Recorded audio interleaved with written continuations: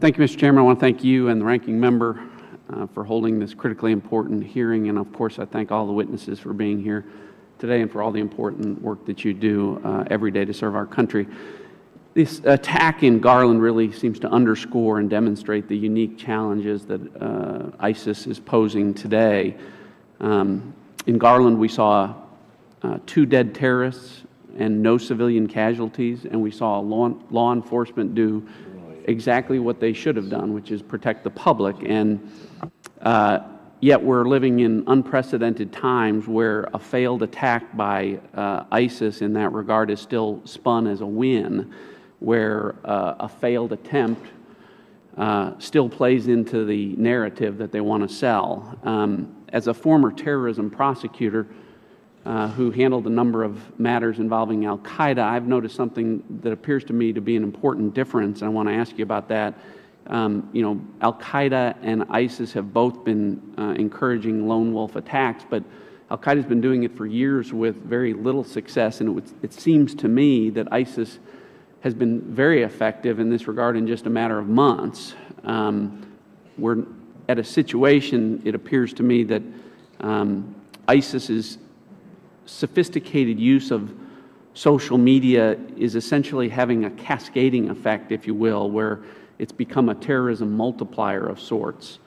One where lone wolf attackers like Mr. Simpson or Mr. Sufi or Mr. Rahim can essentially use the ISIS brand without having to join ISIS. And in that regard, it concerns me that it would appear that ISIS has essentially created a terror franchise. And so I want to very quickly ask you each whether you think I'm accurate in that assessment. Congressman, I think that's an excellent characterization. I would agree with you. That is precisely. They have very effectively leveraged that capability. They have exceptional capabilities, and they claim they are making maximum use of every opportunity to amplify effect. You've seen them using it in terms of representing their victories on the battlefield and the way that they have obviously treated our hostages. They attempt to squeeze every bit of, if you will, perceptual power out of social media. I would agree with Mr. Mulligan in that regard. I've been doing this for a long time. About 45 years. I've never seen a terrorist organization with the kind of public relations savvy that I've seen with ISIL globally, and they've been very effective in using it.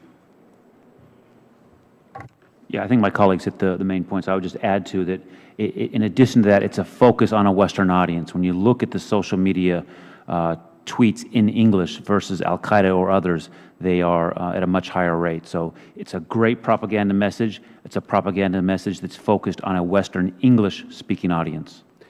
So we're talking a lot about the effect of their message. I want to focus a little bit more on the cause. Director Steinbach, you and the Deputy Director both talked about this sort of unique narrative that ISIS has created, a false narrative, one that involves a sense of community, a sense of adventure, maybe the ability to find a spouse.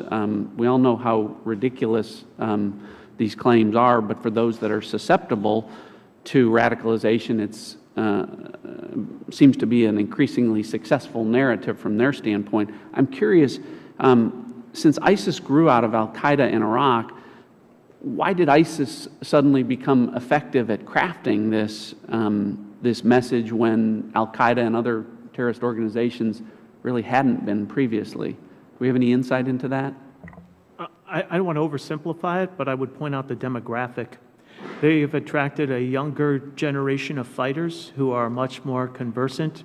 They're in a situation where they have initially occupied territory in which there was fairly advanced infrastructure that could then be leveraged.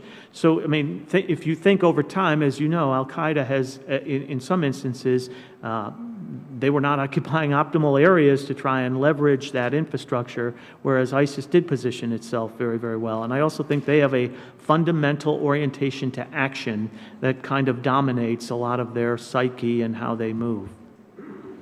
I think the other difference, sir, is that social media wasn't as robust when Al-Qaeda started as it has been since, actually since 2010, the Arab Spring, and how social media was used in those events and how it's propagated its use by other groups since that time.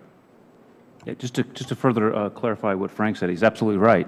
So when you look at the Internet 4, 5, 6 years ago, it was anonymous, but you still, the bad guy, the individual living in the U.S. still had to reach to a forum, identify that forum, go into that forum. With social media, it's pushed to you.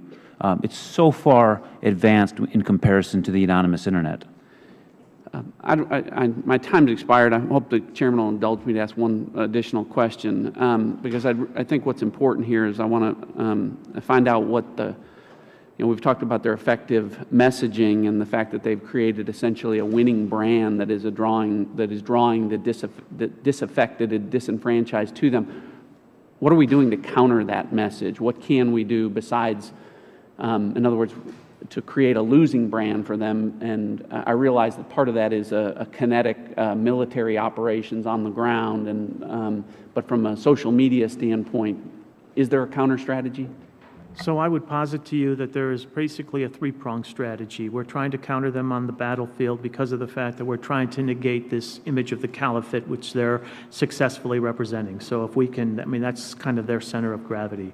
The second piece, as you described, is the whole cyber online media piece. And going back just very quickly to what Frank said, the range of options of over-the-top applications that they are able to employ. I mean, going back, I mean, what were the options that were available to Al-Qaeda? Not so great. Now we're in another universe of operational activity, but nevertheless, because they are operating in public space, they have vulnerabilities there, and we should move very aggressively to counter that. Finally, the third area is this ideological space that we talked about in terms of finding those voices, those credible voices that can contest the ideological message. We need to work against all three of those lines of effort.